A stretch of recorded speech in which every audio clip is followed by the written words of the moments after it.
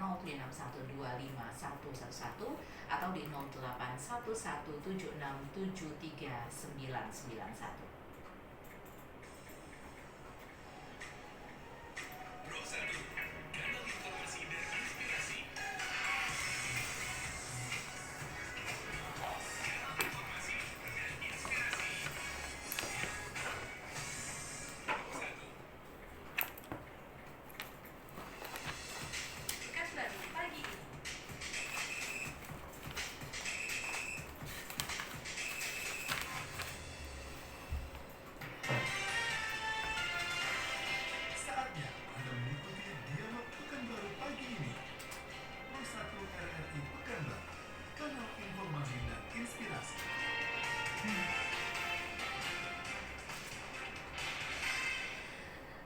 Selamat pagi pendengar, salam jumpa bersama saya Rani Januari ini di Dialog Interaktif Pekanbaru pagi ini. Untuk edisi hari ini di hari Kamis 30 Maret 2023 bertepatan hari ini adalah 8 Ramadan 1444 Hijriah.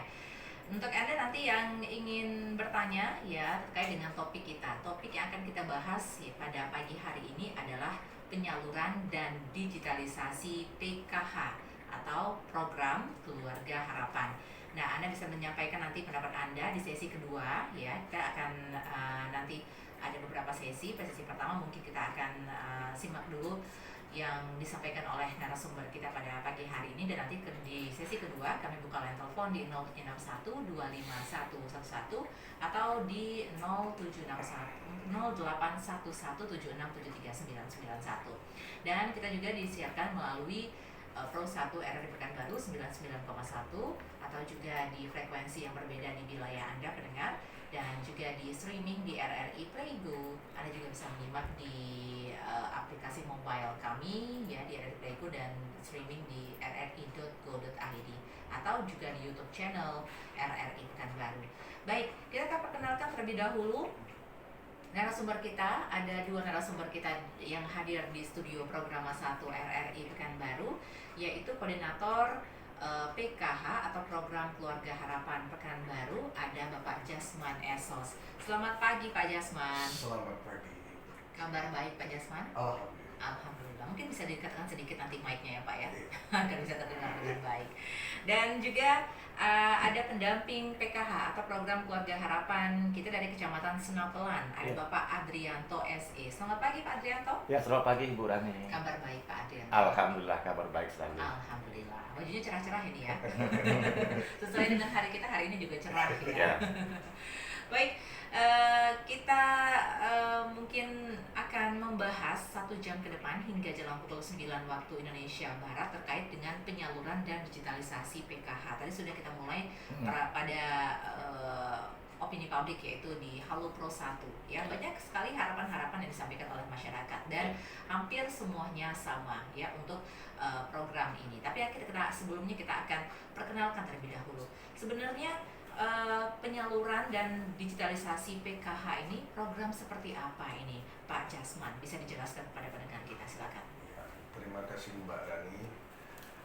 Dapat kami jelaskan di sini, program Keluarga Harapan ini adalah salah satu program bantuan sosial yang dilakukan oleh Kementerian Sosial Republik Indonesia, di mana di Indonesia program ini sudah dimulai dari tahun 2007, namun di Pekanbaru baru tahun 2013. Sampai sekarang berarti hampir 10 tahun sudah program ini ada di Kota Pekanbaru.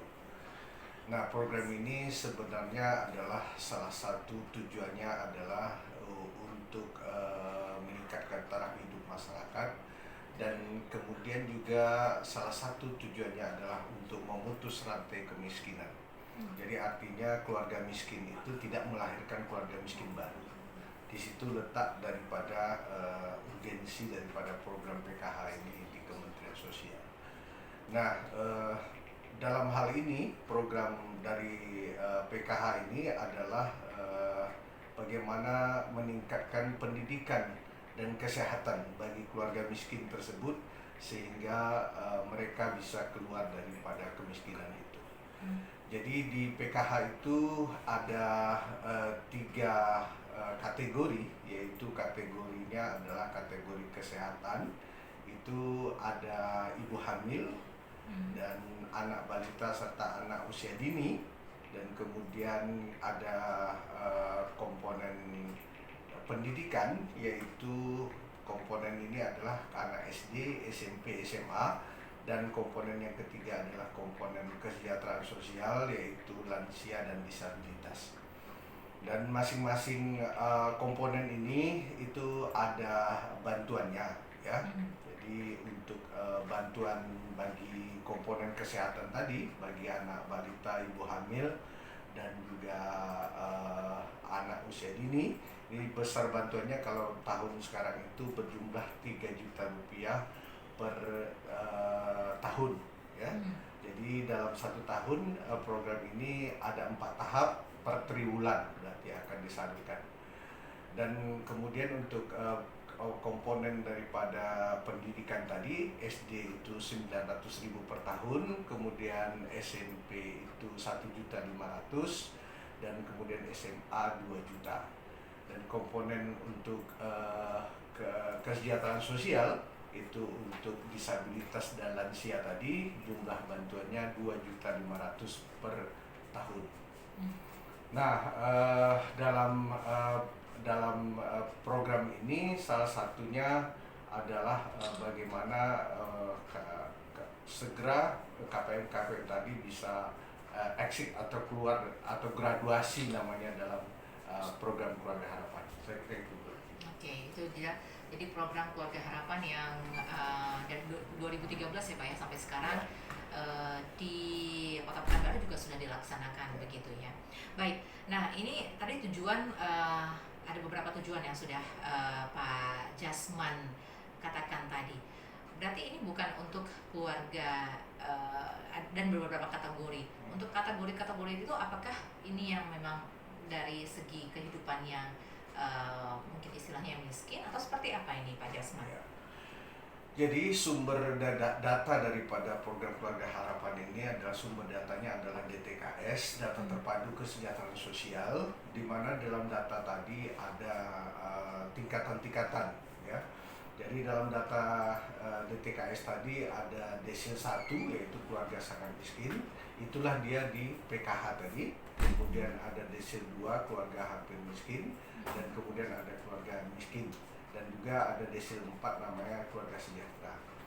Nah, di dalam data tadi inilah yang merupakan mungkin sering dilakukan mungkin dalam hal pertanyaan-pertanyaan dari masyarakat banyak tentang data daripada PKH ini dan bagaimana pemutakhiran datanya dan juga bagaimana orang bisa terdata di data DTKS. Mungkin di situ. Oke.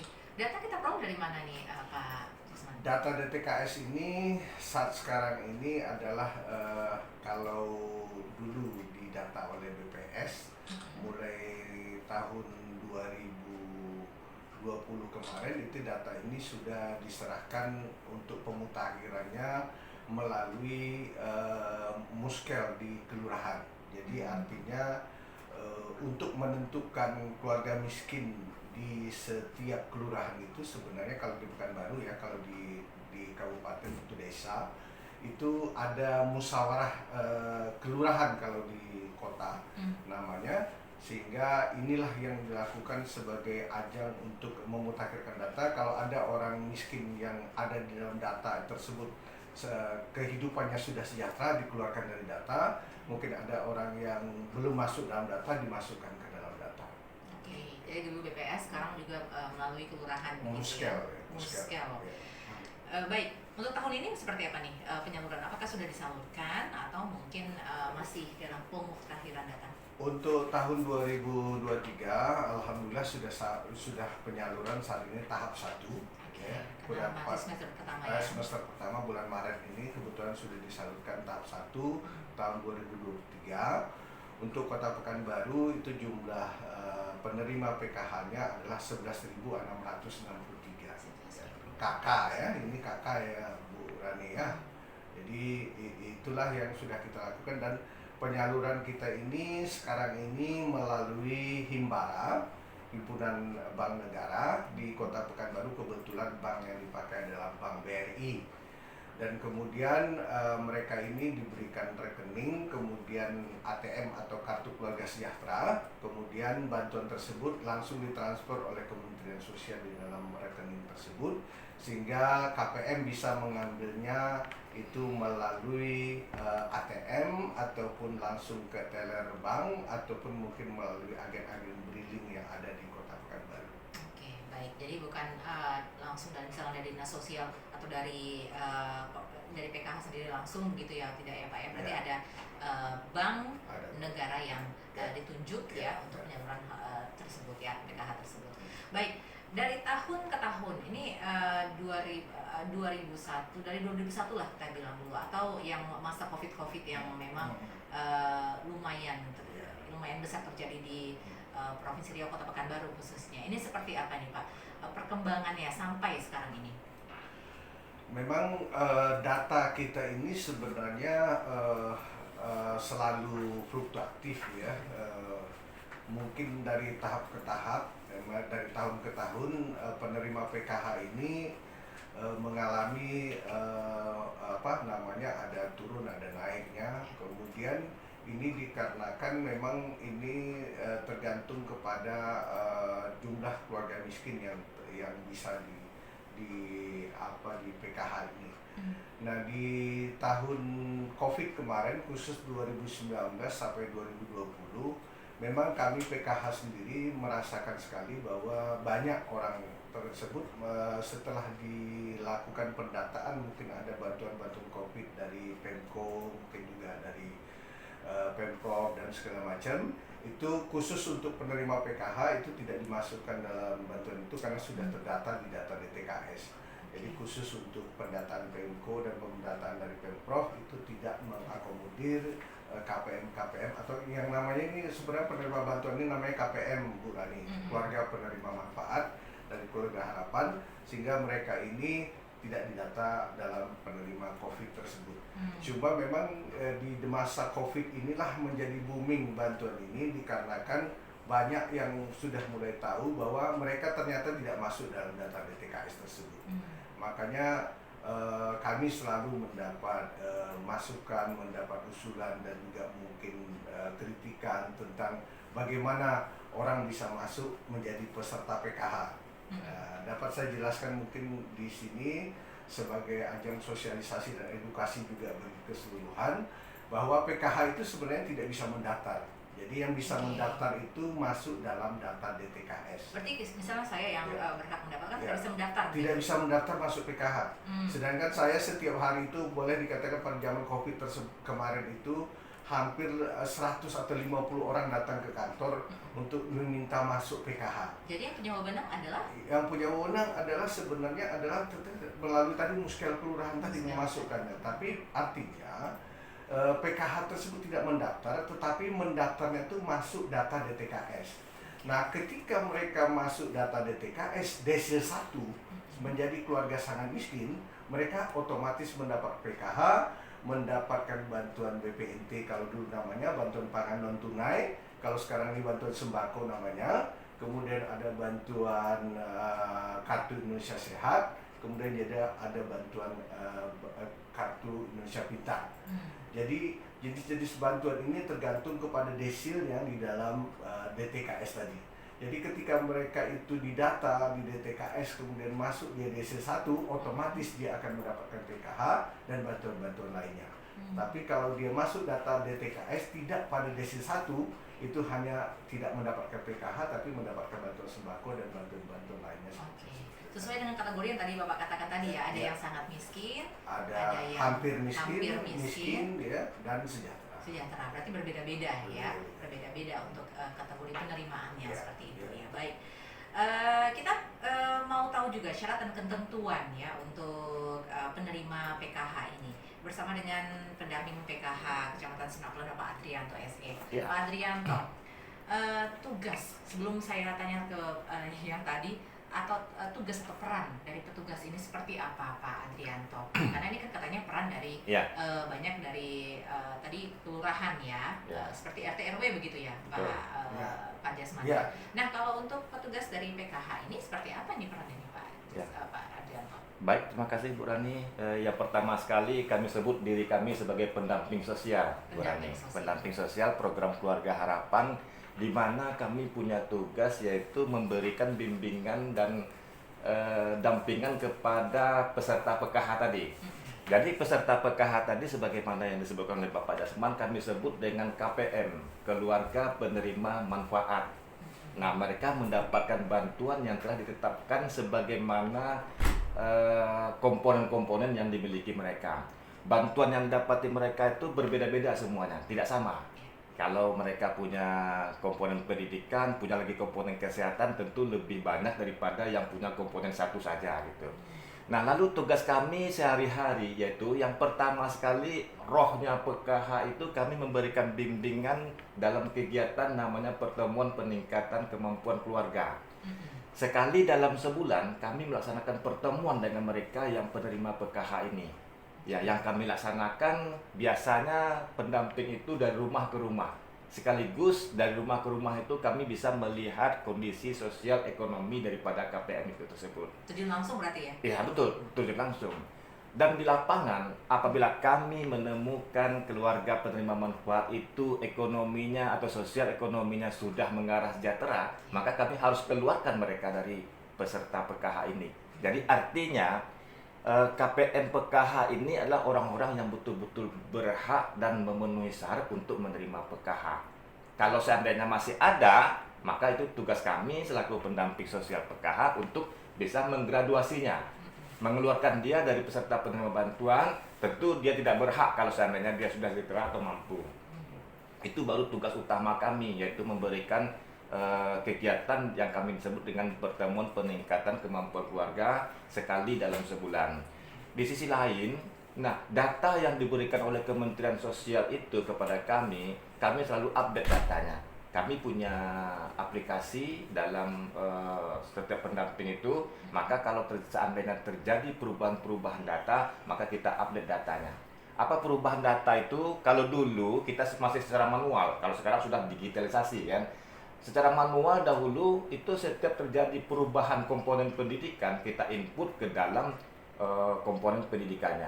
Sebagaimana yang disebutkan oleh Pak Korkot tadi, komponen SD berubah dia ke SMP, tentu secara otomatis bantuannya akan berubah.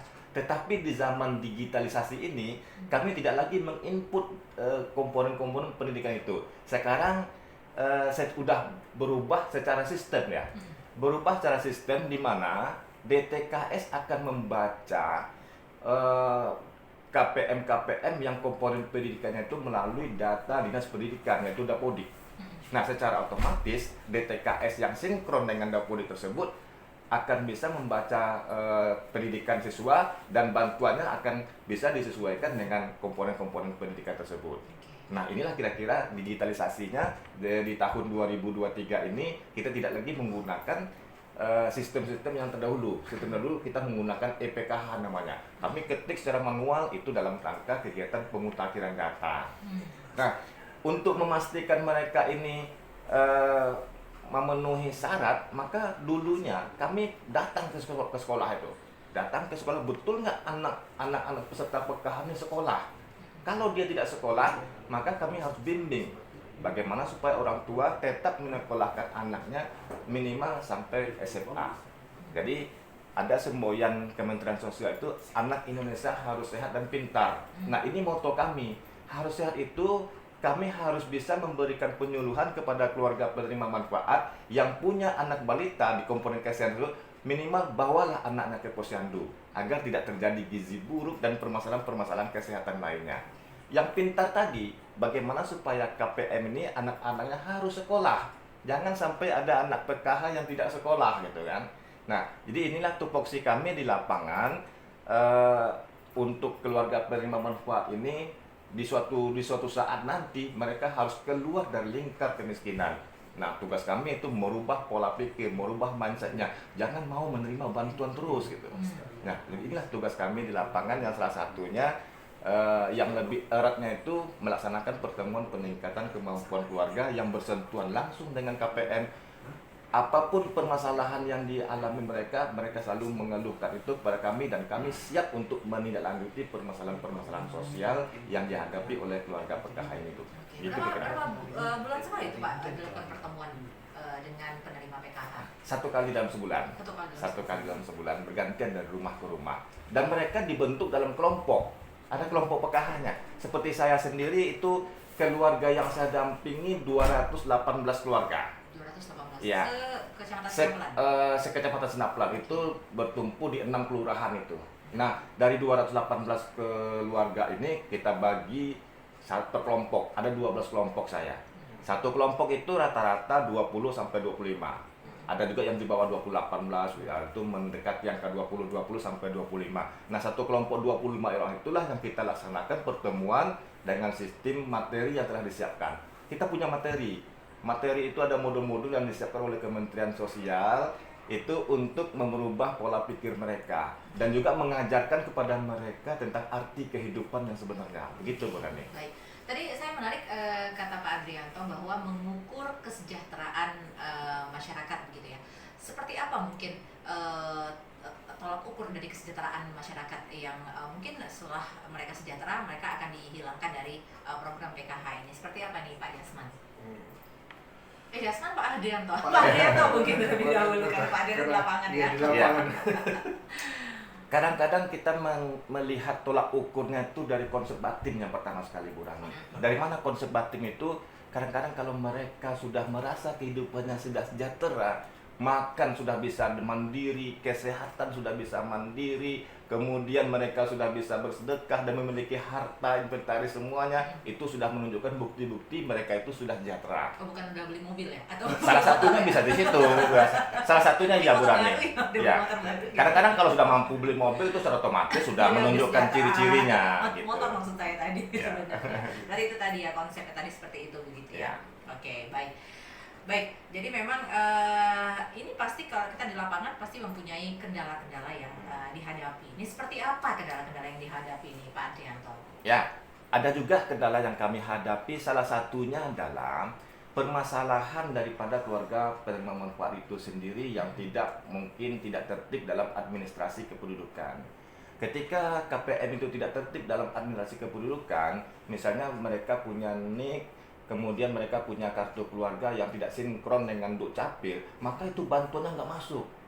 Nah, salah satu atau ketika mereka tidak memasuk bantuannya, yang lain masuk bantuannya. Kok saya nggak masuk, Pak? Gitu kan. Nah, ini salah satu juga. Maka kita melakukan koordinasi dengan Pak Korkot biasanya nih. Lalu ditemukanlah permasalahannya bahwa mungkin saja NIK-nya tidak online dengan Dukcapil. Ketika NIK-nya tidak online dengan Dukcapil, maka DTKS membaca mereka itu nggak ada dalam DTKS. Nah, inilah dia yang kita kategorikan digitalisasi tadi. DTKS membaca itu secara langsung, karena DTKS juga dia sinkron dengan Dukcapil. Nah, kemudian juga ada permasalahan-permasalahan lapangan, yang dimana di Pekanbaru ini masyarakat miskinnya itu rata-rata adalah menyewa. Iya, ketika bukan penduduk Kota Pekanbaru ya. Iya, mereka menyewa, tidak punya rumah, tidak punya tempat yang dimiliki sendiri. Ketika dia tidak sanggup untuk menyewa rumah di situ atau diusir oleh punya rumah, maka dia akan berpindah ke tempat lain. Kadang-kadang berpindah ke tempat lain itu menimbulkan permasalahan juga kalau mereka tidak mengurus administrasi kependudukannya. Nah, kalau mereka pindah di dalam satu kecamatan yang bisa kita kontrol, bisa kita awasi. Tapi kalau mereka pindah di luar kecamatan, bahkan di luar kabupaten kota, ini juga menimbulkan permasalahan sistem oleh kita. Karena bantuannya masuk, kita nggak bisa mengendalikannya, kita tidak bisa lagi mengontrolnya. Jadi ini ada dua permasalahan yang saya sebutkan tadi. Ini baru sebagian kecil. Tapi ada juga permasalahan lain, di mana bantuan mereka itu yang nggak sesuai dengan komponennya. Mereka mengadu lagi kepada pendamping, Pak, saya punya anak balita, saya punya anak yang sekolah SD, sekolah SMP, sekolah SMA, kok bantuannya nggak sesuai dengan kami. Nah, lalu kami pendamping selalu memberikan arahan kepada KPM tersebut dengan melakukan penelitian. Dengan melakukan penelitian data, yang kita teliti itu adalah datanya. Nah, untuk saat ini memang DTKS belum bisa memberikan 2023 ya, 2022 itu bisa anak balita. 2023 ini sistem kita untuk komponen balita tidak ada bantuannya untuk saat ini. Sehingga ada kemungkinan bantuan daripada KPM itu berkurang nilainya. Tapi bagi kami atau bagi KPM ketika kita telah bisa memberikan penjelasan itu kepada KPM, alhamdulillah itu tidak menjadi permasalahan sebenarnya. Ya, tetapi sesuai dengan konsepnya itu kami akan tetap memberikan laporan secara berjenjang dari kami pendamping tentu kepada Korkot nanti akan sampai ke pusat Kementerian Sosial. Begitu pikiran Bu Rani. Baik, ini berarti harus warga Kota Pekanbaru begitu ya, Pak Desmond dan juga Pak Adrianto. Tapi saya ini mau semisal nih, ada contohnya. Misal nih saya penerima PKH, saya kehidupannya mungkin sangat miskin gitu ya. Saya punya anak balita, punya anak yang SD, SMP, dan SMA. Saya berhak menerima bantuan apa ini? Apakah dari segi miskin ekstrimnya, atau dari anaknya, atau seperti apa ini? Kalau itu sudah ditetapkan sebagai penerima PKH, otomatis sudah ada bantuan PKH-nya, Bu. Bantuan PKH itu yaitu bantuan berupa uang. Bantuan berupa uang. Jadi sudah ditetapkan, jadi peserta PKH itu sudah ditetapkan datanya oleh Kementerian Sosial. Tapi lain hal ketika ada keluarga yang notabene mereka mungkin masih keluarga miskin, memiliki komponen-komponen yang Bu Rani sampaikan tadi, namanya tidak terdata dalam TKS, itu mungkin belum mendapatkan bantuan apa-apa. Berarti kalau misalnya saya tadi sesuai dengan kategori, berarti dengan kategori juga SD anak saya menerima juga, iya. Anak saya SMP dapat juga, SMA berapa juga? Dapat juga, diakumulasi. Ya, kalau 3 tadi itu Bu Rani 1.100.000 bantuannya. Ya, per tahap. Cuma untuk jangan salah paham nih Bu Yani dalam khusus masalah bantuan ini, itu di Kementerian Sosial itu saat sekarang ini mulai tahun 2022 kemarin sampai 2023, misalnya bantuan ibu hamil, ya, ibu hamil. Nah, hamil yang dibantu itu hanya hamil yang kedua. Jadi kalau dulu maaf nih, kalau KPM ini anaknya sampai 10, kadang 9, 7 gitu ya. Kalau dulu diakomodir keseluruhannya, hamilnya walaupun hamil ke-7 tetap diakomodir. Kalau per 2022 kemarin itu hamilnya hanya hamil yang kedua. Yang kedua saja, ketiga tidak? Ketiga tidak. Kemudian yang selanjutnya adalah apabila misalnya tadi Bu Rani menanyakan, misalnya KPM tersebut memiliki, dia ibu hamil, punya anak balita, ada SD 1, ada SMP 1, ada SMA 1, kemudian di rumahnya ada disabilitas, kemudian ada lansia pula di rumahnya, gitu ya. Nah, ini yang diambil hanya 4 kategori. 4 kategori. Jadi tidak keseluruhan itu yang diambil ya. Jadi itu salah satu kebijakan di tahun 2022 dan 2023. Oke, baik ya. Mungkin ini pengantar yang sudah cukup jelas. Tapi kita buka di tanya jawab kepada pendengar kita. Untuk Anda silakan pendengar yang ingin bergabung 0761251111 atau di 081176739991 ya. Anda silakan bertanya sesuai dengan topik kita pada pagi hari ini, pendengar, yaitu penyaluran dan digitalisasi PKH atau program Keluarga Harapan. Tapi saat lagi ya, kami akan segera kembali setelah yang berikut ini. Maaf Pak.